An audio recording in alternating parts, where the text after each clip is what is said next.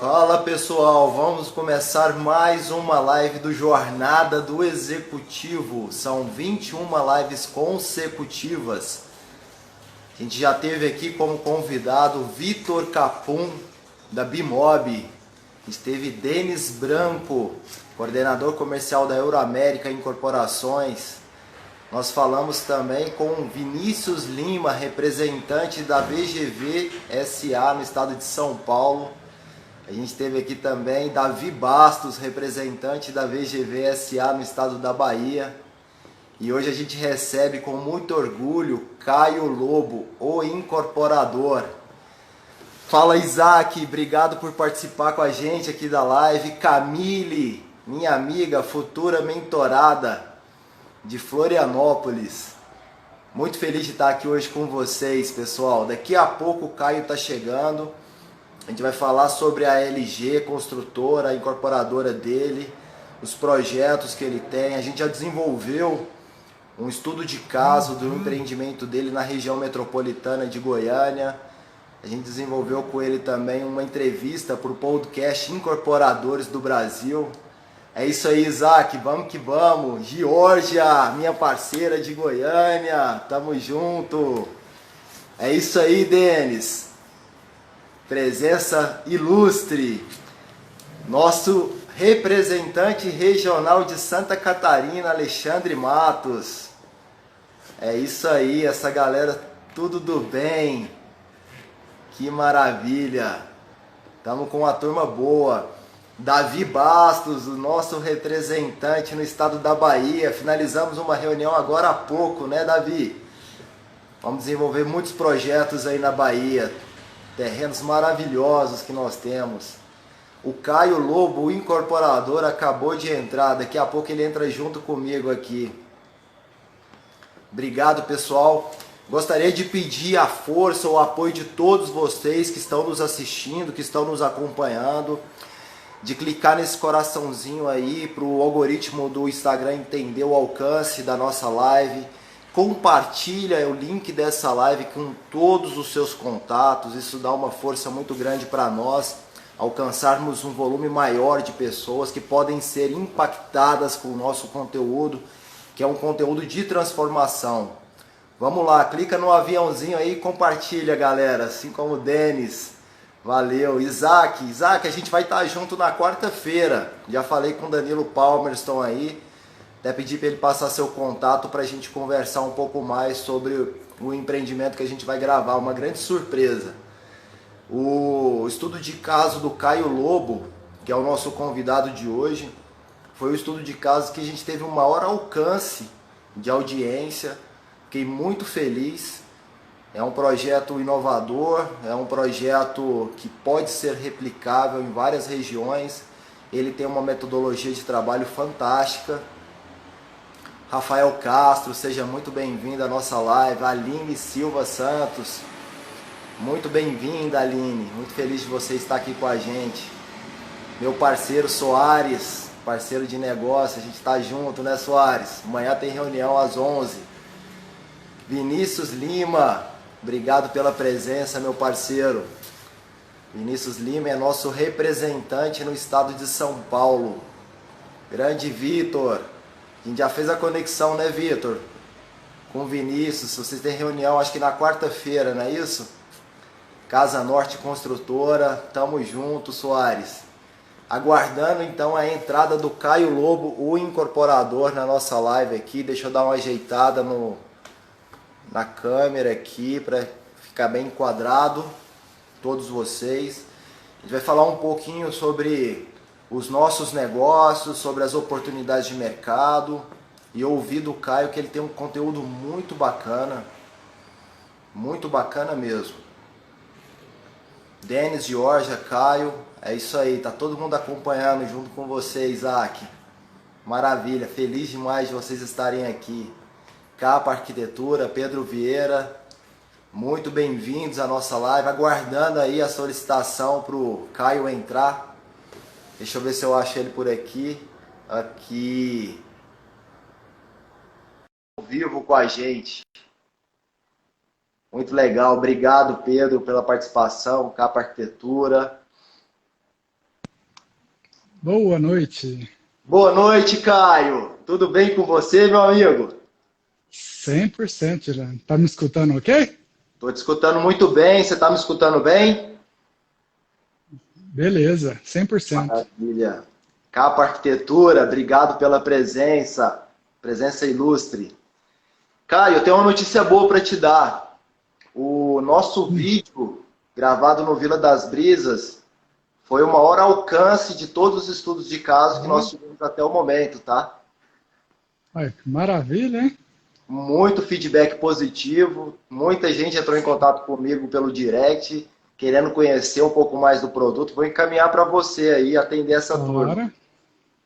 É igual eu falei na nossa outra entrevista, no nosso estudo de caso, uma coisa muito saudável que tem para engenharia é parceria. Então, se tem muita gente interessada nisso, quer dizer que tem muita coisa boa, muita parceria para sair por aí. Exatamente, tem muitos negócios. Cara, ontem eu estava falando na live de ontem sobre a nossa digitalização, né, dos processos e essa entrada forte que a gente está com a geração de conteúdo tem gerado muito negócio para o mundo físico, né? Então, hoje, por exemplo, eu já estava em negociação aqui sobre uma negociação grande no estado da Bahia, Porto Seguro, para ser mais preciso, através do nosso representante, o Davi Bastos, que é o nosso representante regional da Bahia. E a gente está gerando muito negócio através dos conteúdos que a gente está produzindo. Então, o estudo de caso que a gente gravou com você gerou uma repercussão muito grande. Como eu falei, foi o maior alcance até o momento de todos os estudos de caso. A gente ficou muito feliz, graças à Show. metodologia que você utiliza, dos processos. A gente vai conversar muito sobre esses processos aqui, né? Feliz também. Eu não estava sabendo disso, então eu fico feliz também que deu um retorno bom, um resultado bom. Um alcance enorme, cara. Foi o melhor até o momento.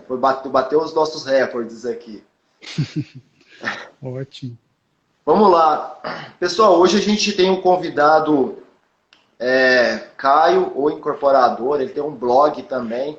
Para quem quiser conhecer mais o trabalho dele, entra no perfil dele, conheça os conteúdos que ele produz.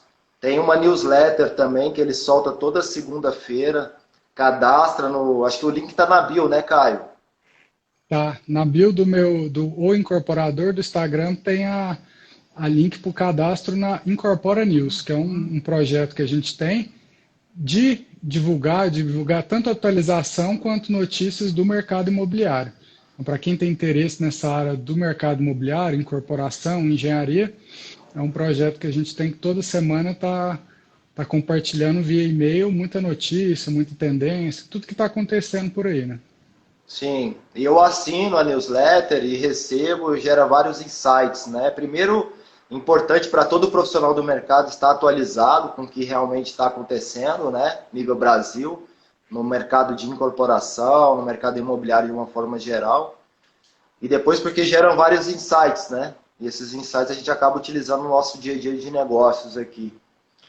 Caio, vamos começar. Eu gostaria que você se apresentasse para a nossa audiência. A turma, alguns aqui já viram, a gente gravou um podcast, Incorporadores do Brasil, com o Caio Lobo, onde ele trouxe um pouco da experiência dele, da história dele.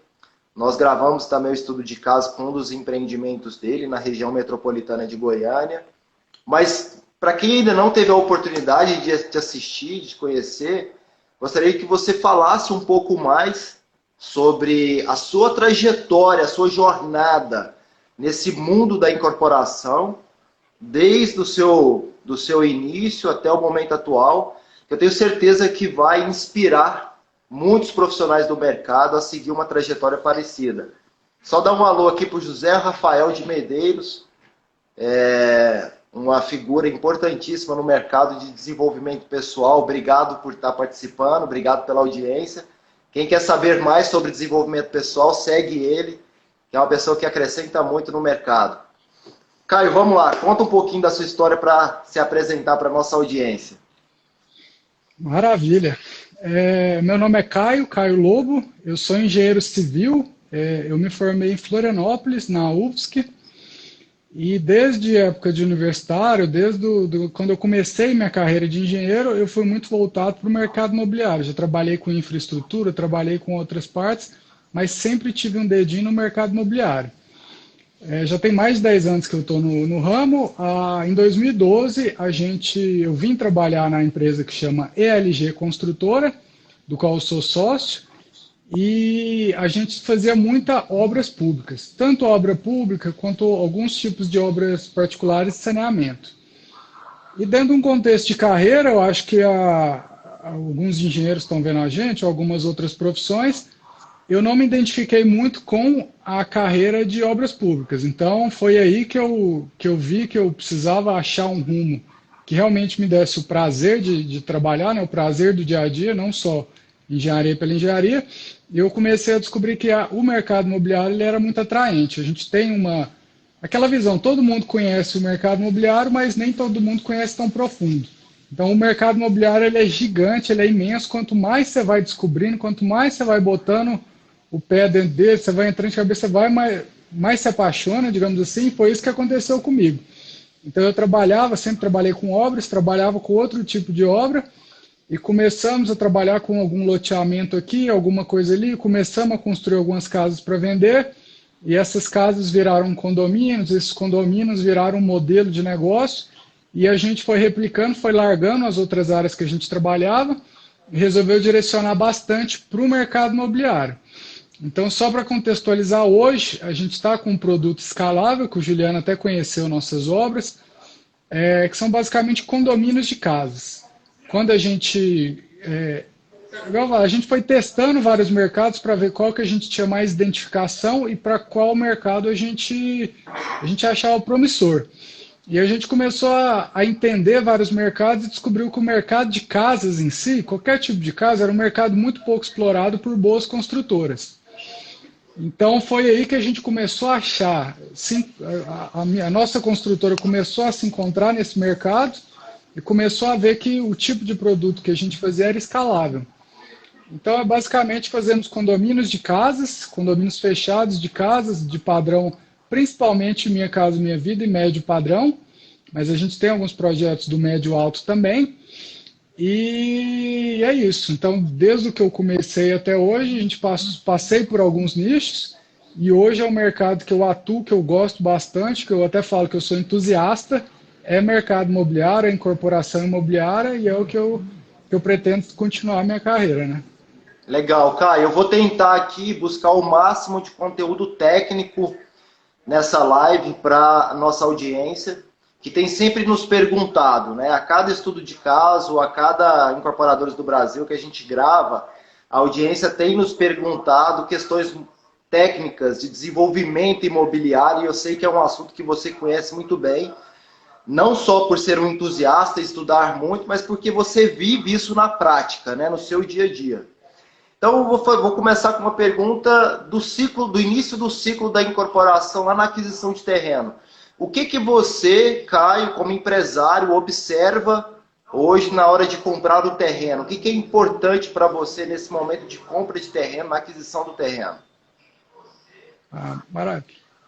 Para dar uma geral para todo mundo que não sabe o que é incorporação imobiliária basicamente é uma possibilidade legal que a gente tem de construir e vender na planta. Ou seja, antes do imóvel estar pronto, a gente já consegue vender.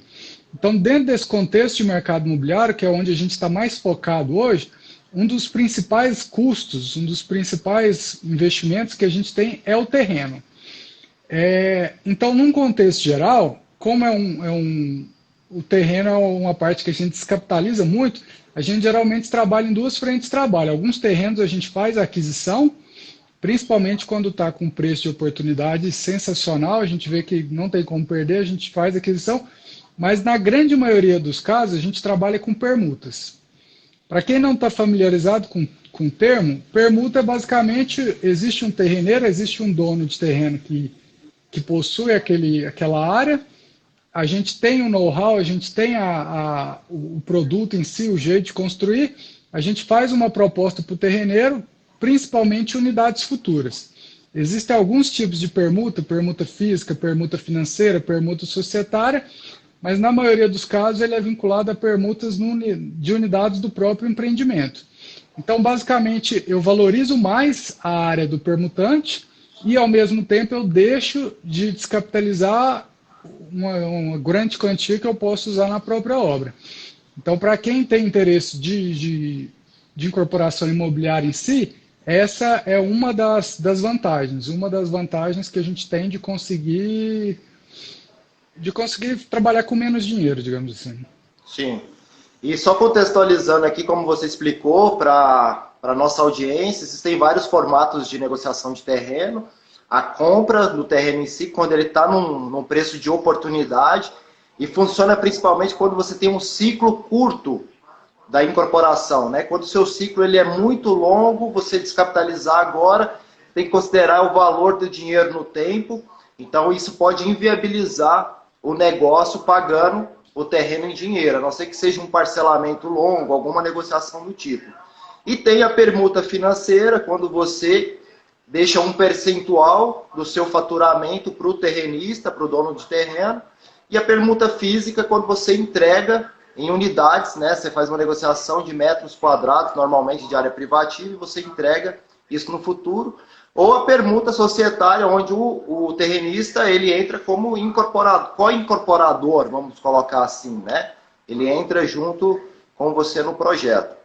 Passando essa fase da aquisição de terrenos, a gente tem um desenvolvimento de produto, né?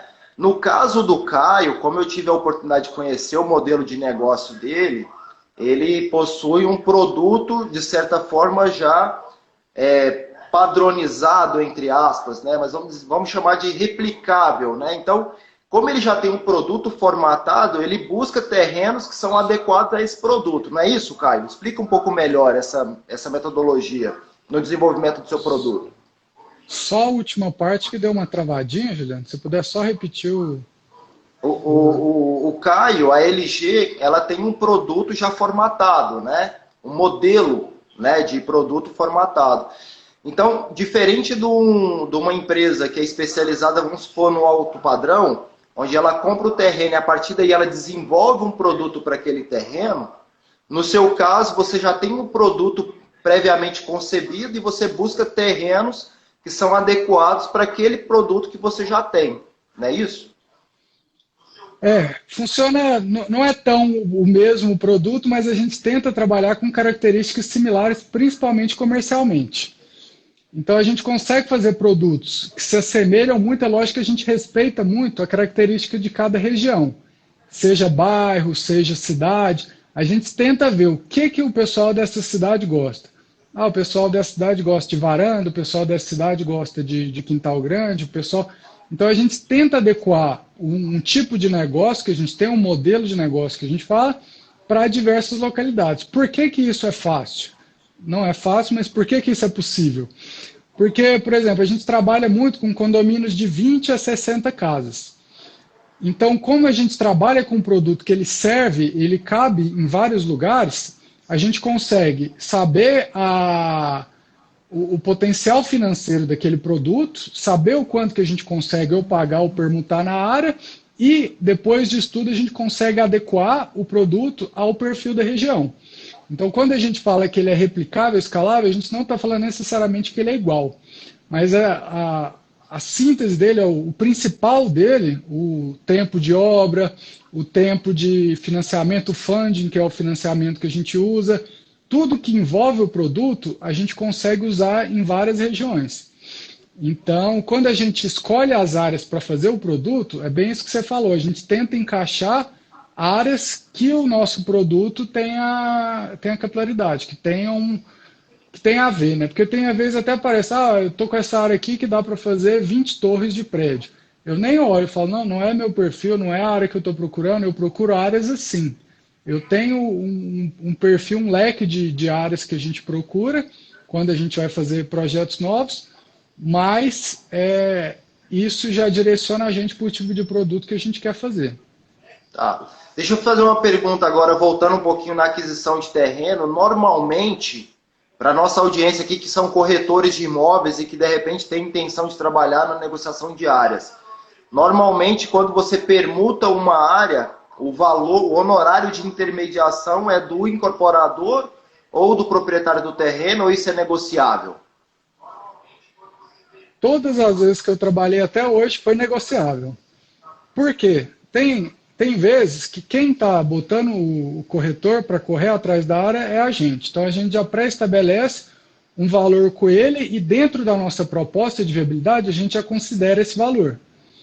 E tem outras vezes que o dono da área chega, o corretor chega representando o dono da área, oferecendo já um preço, oferecendo alguma coisa, e a gente não tem uma viabilidade dentro daquele preço. Então às vezes fica para lá. Ou às vezes é um mix de estudos. Então, às vezes, a gente faz na viabilidade. O mais importante de tudo é que fique bom para todo mundo. Qualquer tipo de negociação, a gente tem que sempre pensar nas partes. Porque tem gente que fala assim, não vou fazer esse negócio porque está ficando bom demais para um ou bom demais para outro. A ideia de negociação nunca é essa. É a gente chegar num termo comum que todo mundo saia satisfeito. E nisso, inclusive, o corretor de imóveis. Então, quando o corretor traz uma área, a gente geralmente já conversa qual que é a expectativa do terreneiro, qual que é a expectativa dele, porque antes de fazer qualquer proposta, a gente já deixa bem claro isso na proposta. Para não ter aquele negócio, fiz a proposta, aceitei, mas quem vai pagar a comissão? A gente não trabalha assim. Então, primeiro é discutido isso, quem vai pagar a comissão e como será paga, para depois a gente fazer a proposta, para não ter esse tipo de problema que eu já vi em alguns lugares. Tem pessoas que têm, tem pessoas que agem de má vontade ou má índole, mas a gente sempre teve uma relação muito boa com as imobiliárias, com os corretores, porque a gente deixa tudo muito aberto. E Sim. O negócio ele só é viável se todo mundo está satisfeito. Então, não costuma dar problema nesse quesito. Sim, com certeza. Entre os nossos negócios aqui, só para reforçar o ponto que você colocou, a gente tem a VGV Investimentos que faz esse trabalho de captação de terrenos para incorporadores ou atender as demandas de necessidades de terreno pelos incorporadores. E a gente tem essa flexibilidade, porque o nosso foco não é a intermediação, nosso foco é viabilizar o negócio. Então, se viabilizou e ficou bom para todos os lados, naturalmente você tem o ganho nesse processo de intermediação ou ganho no processo de estruturação do negócio. Vamos dar mais um passo agora no ciclo da incorporação, que gostaria de passar por ele todo, que é a comercialização, né? O lançamento, a gestão comercial do empreendimento. A comercialização, pelo que a gente conversou já, que a gente apresentou no estudo de caso, é um fator extremamente estratégico para você no desenvolvimento dos seus empreendimentos. E você colocou que, assim, né, normalmente, né, a comercialização não é naquele modelo de represamento, timeshare, que a gente brinca e fala, né, parecido, que é a venda sob pressão. Você prima muito por uma venda de qualidade, né? E como é que você consegue, quais são os processos que estão dentro dessa venda de qualidade que é importante para você na comercialização dos seus empreendimentos, Caio? Show. É bem isso que você falou. O nosso modelo de negócio, ele tem que ser um pouco diferente do tradicional, porque a gente não tem a intenção de fazer muita venda que não tem como dar continuidade. A gente vê muito em lançamento, alguns tipos, vendeu 70%, 80% no dia, e 2 dias depois tem 20%, 30%. A gente não trabalha com venda não qualificável.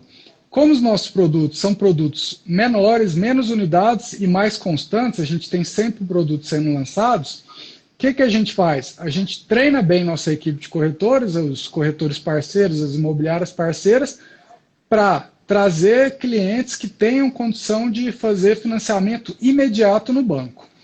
Então, como a gente trabalha com a modalidade que chama apoio à produção de financiamento, a gente sempre faz, a maioria dos nossos produtos, a gente vem fazendo um repasse em planta.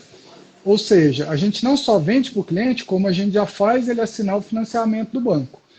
Como a gente trabalha com esse cliente que ele já tem que estar passível de fazer o financiamento, não adianta a gente pegar o cliente e falar, eu estou desempregado agora, mas daqui 6 meses eu vou arrumar um emprego. Ou meu nome está sujo agora, mas daqui 3 meses vai estar ok. Esse cliente a gente não trabalha, a gente trabalha com cliente pronto, que a gente chama. Estou pronto, quero financiar, a gente vai lá e financia. Então é um tipo de produto que a gente é mais seletivo com o cliente, mas a gente tem zero risco de distratos. Por quê? Todos os nossos clientes já são repassados. Então não tem aquilo, vou entregar empreendimento, deu, igual teve a época aí 2017, 2016, que chegou a construtora que teve 50% de distrato no empreendimento, o que complicava para muita gente. A gente não corre esse risco, mas a gente tem que ser um pouco mais, tem um pouco menos de pressa de fazer o volume de venda grande e focar em vendas qualificáveis. Então a gente valoriza a venda qualificável, a gente valoriza os corretores parceiros, a gente tenta trabalhar com menos corretores que entendam esse processo e vem dando certo dessa forma. A gente faz meeting, faz mas a gente sempre vai buscando cliente qualificado, cliente qualificado. É um jeito diferente de trabalhar do que muita gente está acostumado, mas para o nosso perfil de produto vem funcionando muito bem. Ótimo. Tá me ouvindo bem, Caio? No finalzinho o som deu uma falhada. Tá me ouvindo bem? Agora está bem baixo.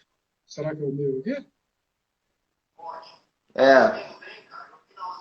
Deu uma falhada no som, só um pouquinho. Mas eu tô te enxergando direitinho. Deixa eu trocar o fone aqui.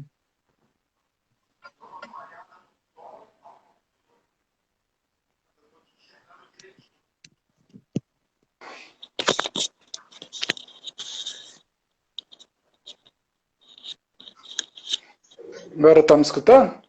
Tô escutando bem. Tá ótimo. Tá ótimo. Deve ter acabado a bateria do fone ali, então.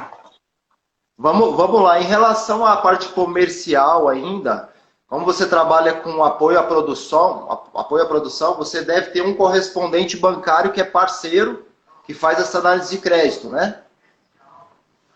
Isso, na verdade a gente não tem interno. A gente costuma trabalhar com correspondentes bancários da cidade. Então, por exemplo, quando a gente está com um produto em determinada cidade, a gente pega um correspondente, geralmente o correspondente que tem uma estrutura um pouco melhor, a gente conversa sobre o modo de trabalhar, como tem que funcionar e tudo mais, e a gente tenta centralizar num correspondente. Então, a maioria dos nossos produtos, a gente tem correspondentes centralizados por empreendimento. E isso é outra coisa que, quando a gente compara com o mercado de casas avulsas ou de algum outro tipo de produto, o pessoal trabalha mais pulverizado, a gente trabalha mais centralizado. Tem uma dificuldade nisso também, mas tem outras vantagens. Então é tudo aquilo, tudo que você escolhe, você vai ter umas dificuldades por um lado, mas por outro você traz vantagens, né? Como a gente trabalha com correspondente único por empreendimento, naquele empreendimento a gente tem na mão todos os clientes, tem na mão tudo que está acontecendo. Quando você está trabalhando com 10, 15 correspondentes no empreendimento, você não tem a menor ideia de como está todo. Você tem ali um processo de andamento de cada cliente, mas é muito difícil você garantir que as informações que estão sendo alimentadas realmente correspondem ao que está acontecendo, né? Legal, legal. E essa parte de comercialização, de lançamento, ela é de extrema importância, né? A gente tem até, inclusive, um curso online que a gente já fez um lançamento dele há um tempo atrás. Foi um lançamento teste. A gente vai ter um novo lançamento desse curso, Estratégia para um Lançamento Imobiliário de Sucesso, no final dessas 21 lives que a gente está promovendo aqui. E para quem quiser mais informação, entre em contato com a gente, que a gente vai disponibilizar isso no final das 21 lives. Indo, dando mais um passo agora no ciclo da incorporação, a gente falou de aquisição de terreno, desenvolvimento de produto, comercialização.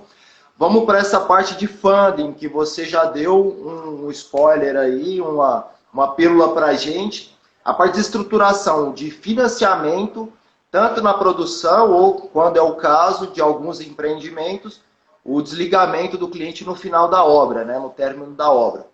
Hoje você trabalha basicamente com apoio à produção e para isso, eu acredito que você tem que ter um sistema de qualificação na Caixa, né? Um selo de qualidade, não é isso, Caio? Isso. Hoje, para quem não conhece tanto de funding via bancária, hoje existem dois principais modelos de financiamento, que é o plano empresário, o PEC na Caixa, e o apoio à produção. Basicamente, a diferença é que um você desliga quando o imóvel está pronto e o outro você já desliga na planta. Quando está pronto, tem alguns bancos que falam de 80%, mas acaba muita coisa sendo quando ele está pronto mesmo. E dentro desse modelo de funding, existem alguns pré-requisitos. Então tem muita gente que pergunta, eu posso chegar lá e pegar um empréstimo, pegar tudo? Geralmente não. Uma das coisas que o banco considera é a saúde financeira da empresa. Então é basicamente, vou pegar um empréstimo a qualquer outro lugar. Qual que é a saúde financeira da empresa? O que essa empresa tem de dívida? O que essa empresa tem de recebível? É analisada a empresa. E além disso, por ser da construção civil, são outros fatores analisáveis.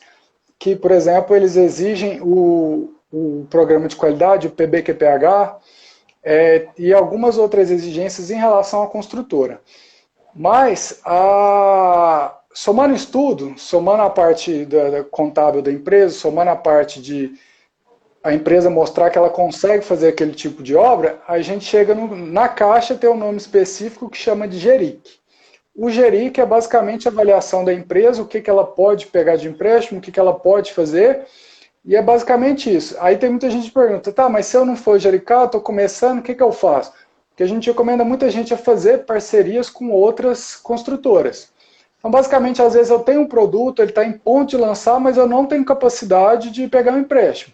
Então, ou eu vou para um investidor que às vezes é caro, inviabiliza o empreendimento, ou o que a gente indica, a gente já fez parceria com várias consultoras, é fazer parcerias para desenvolver produtos juntos. Por quê? É aquele negócio, né? Quando você divide o bolo, é melhor do que comer o bolo sozinho. Um bolo grande do que um bolo pequenininho sozinho. Então a gente tenta dividir, somar construtoras. Você vai ver, até em alguns prédios, muita coisa, você vai ver lá duas consultoras desenvolvendo junto, ou uma incorporadora, uma consultora, ou duas consultoras e uma incorporadora. Isso é muito comum, porque todo mundo que está no mercado entende que quando a gente divide o produto, quando a gente faz junto, a gente está somando força. E exato, principalmente para produto que tem que ter uma atração, tem que, digamos assim, tem que vender bem, vale mais a pena ainda fazer parcerias. Então, basicamente, vou trabalhar com funding via bancário, é muito difícil que o banco financie seu primeiro empreendimento. Pode ser que financie seu segundo, mas seu primeiro empreendimento vai ser um pouco mais difícil pela insegurança do banco em te prestar. Basicamente, ele nunca fez esse empreendimento. Quem me garante que ele vai conseguir fazer até o final? Quem me garante que ele analisou as premissas de forma correta? Então, não estou desanimando, não quero dizer que não tem como, mas eu recomendo fortemente, é o primeiro empreendimento, ou não está seguro com aquilo, tenta arrumar parceiros que vão agregar nisso ali. É lógico que tem várias outras formas de funding, a gente tem crowdfunding, a gente tem o próprio aporte, sócios de SCP, sócios de SPE, tem um monte de tipo de jeito a gente arrumar recursos para os nossos empreendimentos. Mas eu falo assim, com um pouco de propriedade, que um dos mais baratos é ainda de banco. Hoje é muito difícil achar um investidor que vai te emprestar um dinheiro com a mesma facilidade, não facilidade, mas com a mesma taxa que o banco. Por quê? O banco ele entende daquilo. O banco ele tem alguns benefícios por estar emprestando dinheiro para o setor imobiliário. Então, como ele tem aqueles benefícios, ele consegue garantir uma taxa menor. Então, é vantagem para todo mundo. Então, assim, o banco ele é dos principais funds, não é o único, está longe de ser o único, mas eu ainda vejo ele como mais barato. Eu continuo recomendando, até agora com a taxa Selic baixando, às vezes não vai ser no futuro, né? Mas ainda hoje o banco é o jeito mais barato de você financiar uma obra. E é interessante, falando ainda sobre estruturação de funding, quando você tem incorporadores no mercado. Em Goiânia isso é comum em alguns casos, mas em Florianópolis isso é muito comum. Com incorporadoras que são muito capitalizadas e elas atuam com financiamento próprio, ou seja, elas não buscam recurso em banco, ou com acionistas, ou com investidores. E é importante separar a figura do incorporador e do investidor, né? Porque mesmo você atuando com financiamento próprio, sendo incorporador, você está ali atuando em dois momentos, uma como incorporador e outra como investidor. Essa visão do negócio ela é muito importante, porque em alguns momentos isso pode se confundir, né? Então, de repente, eu estou colocando meu capital no empreendimento e eu também estou desenvolvendo. Então, para desenvolver o produto, eu tenho uma margem, uma rentabilidade na incorporação e eu tenho uma rentabilidade que tem que me retornar esse capital investido como investidor com uma entrega de dividendos, vamos dizer assim, né, que é a remuneração do capital que estou sendo empregado ali. Eu acho que essa visão ela é importante, não é isso, Caio? Não, perfeito. Eu vejo isso muito principalmente em construtoras menores. O que é a visão? Muita gente pergunta, qual que é a rentabilidade do empreendimento? Aí vai lá, meu empreendimento deu 30%, deu 40%. Eu falo, tá, mas cadê a remuneração pelo seu trabalho? Ele, que remuneração? Eu falo, você está trabalhando, você está todo dia tocando esse projeto, você está tudo, e todo mundo que vai investir vai ganhar a mesma coisa, professor, mas eu não tinha pensado nisso. E isso é muito comum para a estruturação de projeto pequeno. Eu vejo algumas pessoas, vou fazer um predinho aqui de 16 apartamentos, eu vou fazer uma quadra aqui com 20 casas, 30 casas, a pessoa faz a conta, divide entre todos os cotistas, mas ela não coloca uma remuneração, uma taxa de gestão para o incorporador, que é quem está desenvolvendo, que é quem está correndo risco, que é quem está correndo atrás de investidor, e aí essa fala sua é perfeita. Aprenda a separar a figura do investidor e a figura do incorporador. Por quê? Mesmo que eu seja o único investidor do meu projeto, se eu não colocar o meu trabalho ali, o custo do meu trabalho, eu nem sei se está valendo a pena, porque às vezes eu vou fazer a conta lá, mas depois que eu coloquei o custo, o resultado do projeto deu 5%. Então pega esse dinheiro e bota numa renda fixa. Para que você vai ficar esse tempo todo, vai ficar tal, para ganhar o que paga uma renda fixa? Exato. Então eu acho muito importante todo mundo, quando for fazer uma viabilidade, fazer exatamente isso que você falou. Considere o trabalho próprio, o trabalho do incorporador, como separado do dinheiro do incorporador. Faça duas remunerações diferentes, né? Remuneração sobre o capital e remuneração sobre o trabalho. Com certeza, até porque eu estou colocando dinheiro ali como investidor, né? Quando a gente fala assim, recurso próprio, tá, mas eu estou colocando dinheiro ali e eu tenho que comparar o retorno desse investimento com outras aplicações que eu poderia fazer em produtos financeiros, em outros negócios. Eu, na consultoria, na VGVSA, eu atendo muitos empresários que não necessariamente são incorporadores, eles são investidores, mas querem colocar o dinheiro em ativos imobiliários. E a gente faz essa conta junto com eles, tá? Então, se ele é um industriário ali, um industrial, e ele atua, por exemplo, no segmento, lá em Criciúma, a gente estava atendendo agora há pouco um empresário que é do segmento de plásticos, né? Então ele coloca na empresa dele e esse investimento no negócio dele gera uma rentabilidade X. Se ele vai colocar parte em ativos imobiliários, tem que rentabilizar para ele a mesma quantidade, ou então pelo menos uma opção de diversificação de investimento, né? Diversificação de carteira. O Gustavo Soares, que está nos acompanhando aqui, a gente está olhando o negócio junto, inclusive, em Mato Grosso do Sul, onde os empreendedores, eles não são do mercado imobiliário, eles trabalham em agronegócio, que tem uma boa rentabilidade, um bom retorno financeiro. Então, eles estão colocando dinheiro num projeto, né, que a gente vai desenvolver juntos ali, mas tem que retornar para ele algo compatível, porque senão ele, inclusive na tomada de decisão, foi essa conta, né? Pô, mas se eu comprar gado aqui, quanto que eu vou ter de rentabilidade nisso daqui? Vale a pena entrar no mercado imobiliário? E aí, se a rentabilidade for muito próxima, muito parecida, vale a pena pela diversificação dos investimentos, né? Exatamente. Isso é que a gente fala muito quando a gente fala numa carteira de investimento, eu concordo totalmente com você. Quando pessoas de outro segmento, geralmente quem investe com a gente, ou quem investe não incorpora, quem está só investindo no mercado, vem de outros segmentos. E a maioria das pessoas fazem essa comparação com o seu próprio nicho. Mas você falou de agropecuária, falou de plástico, de industrial, eles entendem que esse negócio deles tem um risco inerente. Está me dando uma rentabilidade aqui, mas não é sempre que dá. Quantas vezes a gente não escuta história, né? Tinha tantos gado, meu gado morreu. Assim, morreu tanto e tal, e não estava na minha conta essas mortes de gado. Então, assim, é lógico que, principalmente agora, gado, soja, nesse mercado de está dando uma rentabilidade excelente, mas nem sempre é assim. Nem todo ano a safra é boa. E os imóveis, eu vejo que entra muito na carteira de praticamente qualquer tipo de pessoa, qualquer pessoa que tenha investimentos, que tenha ativos, como proteção. Porque diferente de vários ativos, o mercado imobiliário ele oscila menos. É muito difícil perder no mercado imobiliário. Geralmente o mercado imobiliário ele pode algum ano ou outro não ser tão rentável, mas ele está sempre ganhando. Então até quando eu comparo meus produtos de investimento, eu comparo muito mais com renda fixa do que com bolsa. Então tem gente que fala, mas na bolsa esse ano eu tirei 30%, eu tirei 35%, eu falo, mas no outro ano que você perdeu 40%, você não conta? Então assim, o mercado imobiliário ele está sempre em alta. Eu particularmente nunca vi uma época que o mercado imobiliário brasileiro tivesse em queda. Pode ser que tenha épocas que ele esteja um pouco mais devagar, mas ele está sempre em queda. Então é bom até quando a gente fala de investimento, fala de investimento no mercado imobiliário, a gente fazer uma correlação muito mais com ativos seguros, que oscilam um pouco, do que com ativos que têm uma variação enorme, que realmente você vai falar assim, igual agora, deu menos 30%, eu acho que já deve estar esse ano, ou menos 20%, eu não sei se já recuperou mais. Qual imóvel que você perdeu 20% esse ano? Não teve, é muito, só se for um imóvel muito específico e muito ruim. Mas na média e na maioria dos imóveis, todo mundo, mesmo com crise, mesmo com tudo, continuou ganhando dinheiro ali.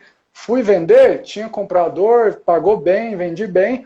O que eu estou vendo é assim, em épocas principalmente de insegurança, é muito importante que todo mundo pense nos imóveis como um ativo importante dentro da carteira de investimentos.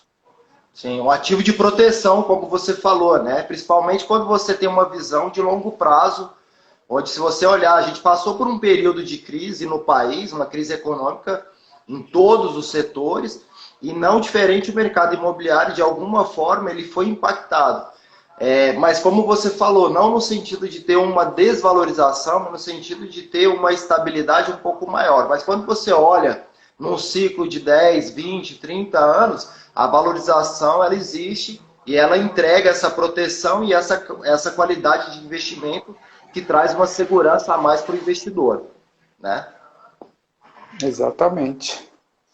Passando mais um pouquinho agora, a gente falou sobre aquisição de terreno, desenvolvimento de produto, comercialização, estruturação de funding. Vamos entrar um pouco mais na sua área de engenharia, né, de graduação. Vamos entrar na área de construção, de tecnologia construtiva. Você tem uma velocidade, você precisa ter para o seu negócio uma velocidade grande de execução de obra, porque o seu giro ele é muito rápido, né, Caio? Você fala ali do momento de, eu acredito, me corrija se eu estiver errado, mas no momento de lançamento do produto até a entrega final, acho que é um ciclo de 12 meses, algo assim. É isso? Isso, a gente varia de alguns produtos entre 12 a 18 meses, do momento de lançamento até a entrega. Aí varia com algumas características, quantidade de unidades e tudo mais. Mas é bem isso que você falou, o meu tipo de produto, ele exige que a obra seja mais rápida. Aí agora vamos entender, principalmente quem é da engenharia tem essa dificuldade. O que a pessoa pensa? O objetivo é terminar a obra no tempo mais rápido possível. E isso eu descobri a duras penas que não é. E quando eu comecei a incorporar tudo, o que eu queria fazer? Vamos começar uma obra, vamos terminar ela amanhã. E quando você começa a pensar no dinheiro gasto, pelo tempo de venda, por tudo, você começa a entender que não é assim. O meu tempo de obra, ele depende do meu tempo de venda. E não é descolado uma coisa com a outra. Se eu faço uma obra pensando que eu vou... Por exemplo, o meu tipo de obra, às vezes eu conseguiria fazer em 10, 9 meses, mas eu conseguiria vender? Porque meus produtos, a maioria deles, a gente vende 100% na planta, o que dá uma rentabilidade bacana, o que deixa o produto atrativo. Mas às vezes, se eu encurtasse demais o tempo de obra, o produto já não ia ser tão atrativo. Então, o que a gente pensa muito? Isso é muito para quem trabalha com engenharia. Quando for falar de incorporação, não tente terminar a obra o mais rápido possível. Seu objetivo é cumprir cronograma. Então, se você falou que a entrega vai ser daqui a 18 meses, você vai cumprir os 18 meses, mas não entrega com 12. Porque quem vai estar tomando prejuízo é você e é o investidor. Então, a gente tem que trabalhar num balizamento, a gente tem que trabalhar numa divisão, num cronograma, em que seja rentável. Ah, mas por que então não vende tudo mais rápido? Porque isso também depende de investimento. Quanto mais rápido eu quero vender, às vezes eu mais tenho que investir em marketing, eu mais tenho que investir em divulgação, em produto, e nem sempre isso é vantajoso. Se eu estendo 3, 4, 6 meses, às vezes com investimento muito menor em marketing ou em outras áreas, eu vou conseguir ter uma rentabilidade muito menor, que eu vou deixar de gastar dinheiro. Então, o recado que eu tenho muito para quem é engenheiro, para quem cuida de obra é, dentro de uma incorporação imobiliária, quem define o tempo de obra é a venda, não é o engenheiro de planejamento que decide o que vai fazer em cada mês, mas geralmente o produto todo ele é definido de acordo com a velocidade de venda. Então a gente vê muito prédio entregue em 4, 5 anos e a gente acha que aquilo acontece, não, mas lá na China fazem em 6 meses. Mas só que muita gente esquece que o importante não é só fazer, é vender. Então, sim, o tempo de 4, 5 anos, ele ajuda muito a criar um pró-soluto para o cliente que ele consiga pagar, principalmente ali os 25, 30% de entrada durante a etapa de obra. Então, não adianta trazer um engenheiro chinês e fazer o prédio de 50 andares em 6 meses, que o empreendimento vai ser um fiasco financeiramente. Então, é bem isso. Falando-se de obra, falando de incorporação imobiliária, é muito importante que seja considerado o tempo de venda. Sim, esse alinhamento entre a engenharia e o comercial é extremamente importante, o tempo inteiro, né? Não adianta você também, do comercial, ter ali, vamos aplicar um desconto, quando cabe, né? Desconto, vamos aplicar um desconto para aumentar a velocidade de vendas do empreendimento e, ao mesmo tempo, você tem ali um prazo de obra mais esticado, onde você, tendo uma venda num valor final maior, você vai entregar uma rentabilidade melhor para o empreendimento. E falando sobre modelo comercial ainda um pouco, puxando sardinha para o meu lado aqui, que trabalho muito com estratégia de vendas, estratégia de lançamento, você falou sobre a qualidade da venda, né? Quando eu tenho uma venda no modelo de explosão, que a gente chama, onde a gente fala lá, vendeu 70%, 80%, às vezes até 100% do empreendimento no lançamento, mas depois você tem um volume de distrato muito grande, né? Se essa venda não foi feita com qualidade. E aí, em alguns momentos, nós tivemos histórico de incorporadoras que vendeu 2, 3 vezes o mesmo empreendimento pelo volume de distrato. Tem um indicador que nós analisamos, que é a VSO, que é venda sobre oferta. Em alguns momentos, várias incorporadoras sofreram da dor de ter uma VSO negativa. O que isso significava? Ela vendia mensalmente menos do que o volume destratado. Então, voltava para o estoque dela um volume maior de unidades do que ela tinha capacidade de vender. E isso é muito prejudicial para o mercado e para a saúde financeira da empresa, porque você não realiza o negócio. E a sua intenção é construir, vender, entregar e continuar o ciclo da incorporação nesse sentido, né? Eu acho que eu já fiz alguns loteamentos também, mas você vai ter até mais propriedade para falar disso que eu. A gente enxerga isso muito em loteamento, porque é espalhado aí no Brasil inteiro. O que é muita característica? Compre um lote sem entrada, com um CPF sujo e ganhe uma Coca-Cola. Então tem muito modelo de negócio de loteamento que é assim. E o que isso acarreta? Nisso que você falou. Amigo, se você está com uma carteira toda podre, todos os seus clientes não têm condição nenhuma de estar comprando aquilo, isso vai começar a destratar. Tem alguns loteadores que já conseguem botar isso dentro do processo deles, já conseguem considerar isso tudo mais, e é tudo bem. Tem outros que não. Tem outros que pensam a venda de qualquer jeito, e isso acaba, tanto que a gente hoje está tendo um problema aí. Aqui em Goiás a gente vê muito, mas em outros estados também, com muito loteador com loteamento encalhado. Acho que até quem quiser procura o Juliano para fazer consultoria, né? Isso aí. Mas um dos motivos é isso. Vamos vender rápido, vamos vender para qualquer pessoa e depois a gente vê. Esse depois a gente vê, a conta está chegando. Então, quando a gente trabalha com uma conta uma venda mais qualificada, mesmo que demore um pouco mais para vender, a chance dessa venda virar e continuar ela é muito maior. Então eu acho que no mercado de incorporação de prédio e tal, já houve essa conscientização e mudou isso muito. Então mesmo que incorporadores que só vão financiar daqui 2 anos, 3 anos, o pessoal a maioria não aceita CPF sujo, não aceita pessoa muito endividada, então já tem essa consciência. Por quê? Porque lá na frente isso vai me dar problema. E eu acho que isso agora no mercado de loteamentos, que dentro da cadeia é o último que ainda estava aceitando esse tipo de cliente, que no final das contas não é positivo, acho que está mudando também um pouco dessa concepção de mercado. Isso, até antes da live eu estava conversando com o meu sócio aqui, o Vinícius, sobre isso. A gente estava trocando uma ideia sobre carteira de loteamento, para ser mais específico.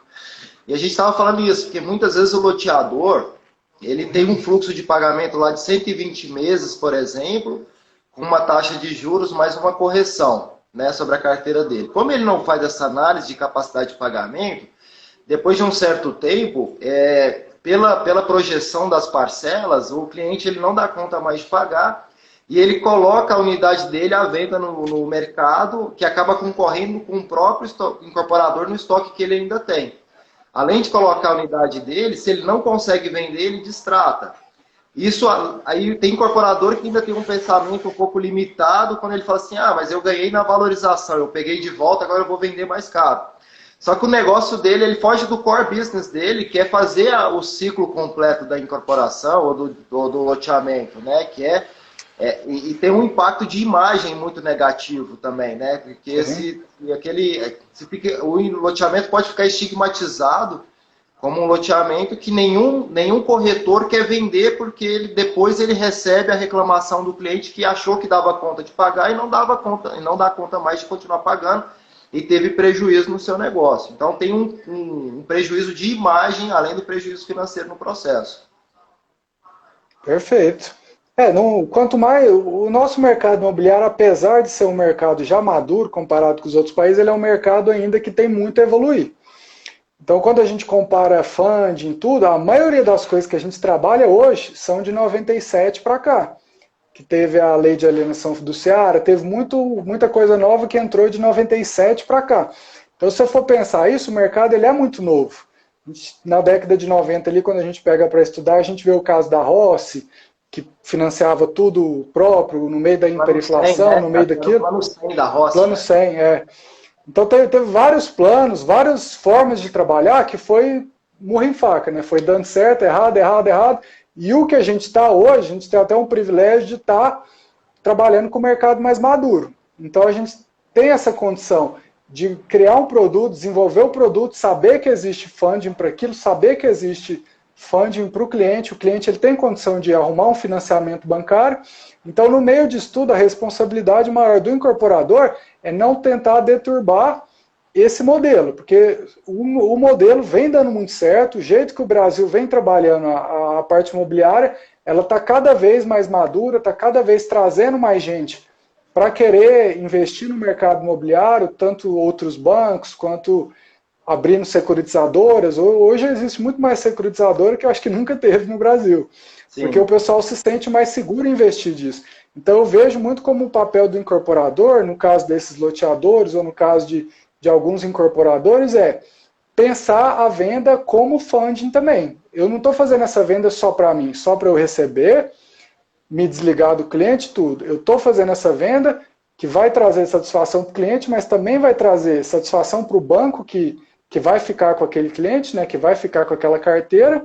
Então eu tenho que pensar em todo mundo. Quando o mercado ele é maduro e o incorporador está pensando um pouco além desse lucro imediato, digamos assim, a gente consegue ter produtos mais escaláveis, a gente consegue ter produtos mais viáveis e o mercado continua melhorando. Que é o que eu acredito que os próximos 10 anos no Brasil vão dar um boom aí no mercado imobiliário. Acho que até semana passada o próprio Paulo Guedes falou isso, né? Que os próximos 10 anos da construção civil vão estourar, e eu torço para isso, e eu também acredito que vai acontecer isso, muito por causa disso. O mercado está maduro, os bancos querem emprestar dinheiro para esse mercado que já está sabendo trabalhar, e quem não trabalha de uma forma correta, de uma forma que seja boa, tanto para o cliente quanto para o banco, está sendo afastado do mercado. Sim, então, o mercado não está mais para aventureiros, né? E a gente vê que você falou de uma situação, uma jornada de evolução do mercado muito interessante. A gente tem uma evolução de fato e hoje a gente está chegando no mercado cada vez mais maduro. Uma situação, e às vezes as duras penas, né? A gente teve casos emblemáticos, por exemplo, quando a Encol, que foi a maior incorporadora do país, quebrou. E aí surgiram estruturas jurídicas que garantiam mais segurança, tanto para o empreendedor quanto para o cliente final, né? Que foi a alienação fiduciária, patrimônio de afetação. Você tem agora, recentemente, com o volume que teve de distratos, em várias incorporadoras sofreram também a duras penas com os distratos, criou-se a lei dos distratos, que regulamentou esse procedimento, né, de desistência da compra por parte do cliente. Agora, recentemente, a Caixa, recentemente não, já faz um pouco de tempo, mas a Caixa inovou indexando a correção dos contratos no IPCA, que trouxe mais segurança, principalmente para o investidor estrangeiro, para o investidor internacional. E mais liquidez, né, para que a própria Caixa consiga vender essa carteira. Ela consegue vender, então atrai mais dinheiro, mais capital para o setor. E a gente vem aí, os fundos imobiliários, que eram muito pouco conhecidos há um tempo atrás, hoje já virou uma grande oportunidade de investimento para aquelas pessoas que querem investir, mas não querem efetivamente comprar o tijolo, o cimento ali, né, a obra física, mas tem a oportunidade de investir num papel lastreado em imóvel. Então a gente vem nesse crescimento e nessa evolução que torna o mercado mais maduro, e aí estamos com a faca e o queijo na mão, né? Porque taxa de juros extremamente, né, em queda, com quedas históricas, que atrai o investimento para o mercado e ao mesmo tempo traz essa solidez, essa segurança de um mercado mais maduro. Por isso a gente tem uma projeção de crescimento no mercado e a gente está aqui nos preparando para surfar essa onda, não é isso? Perfeito. Então, até para quem tem intenção de entrar no mercado, eu e o Juliano também falando de muita coisa que aconteceu, que a gente acredita que vai acontecer, o mercado está maduro, ele está cada vez menos para amador. E o que isso quer dizer? Se eu quero entrar, se eu quero melhorar dentro do mercado, cara, tem que aprender. Faz curso, faz parceria, faz aquilo, aprenda. Aquela ideia de, vou fazer aqui, vou ganhar tanto de dinheiro, não preciso saber nada, não existe mais. Se você entrar no mercado e não tiver interesse nenhum em aprender, em saber onde você está colocando, não só o dinheiro como o seu trabalho, vai ter prejuízo. O mercado imobiliário não aceita mais esse tipo de situação. Amador, achando igual o próprio loteador, tinha muita gente que era o próprio fazendeiro antigamente, eu mesmo vou lotear isso aqui, vou fazer do meu jeito, eu acho que vai ser bom, e muita gente dessa está ligando para o Juliano agora, porque me salva, me faz aqui, me deu errado, o que eu faço? Por quê? Cara, não é isso. O mercado imobiliário você tem que conhecer todos os fatores, conhecer funding. Você falou da lei de extratos, que é recente. Essa semana a gente teve notícia de mudança no home equity, que é poder usar o próprio imóvel como garantia de mais de um financiamento. E o mercado imobiliário está mudando muito, ele está evoluindo muito, baseado em experiências anteriores. Então, se teve aí 100 anos de experiência de coisa que foi dando certo e errado para a gente chegar no que é hoje, não tenta inventar a roda. Vai atrás de informação, descobre por que aquilo é feito daquela forma e tenta adequar seu produto, seu serviço ou o que for de uma forma que seja, digamos assim, que encaixe bem com esse mercado que existe hoje. Porque, sinceramente, aquele tipo de pessoa, eu vou fazer do meu jeito e vai dar certo? Não vai. Não Exatamente. mais. Como você falou, o mercado não está mais para aventureiro, para amador. Buscar conhecimento, se informar, fazer parcerias estratégicas, onde existe uma soma de conhecimentos aí, é extremamente valoroso e estratégico. E até aproveitando o finalzinho da nossa live, que a gente poderia continuar aqui esse bate-papo, tem muito conteúdo para entregar. Quero até te convidar para dar continuidade em novas lives aí, para a gente gerar muito conteúdo para a audiência, no meu canal, no seu canal, vai ser sempre uma grande oportunidade.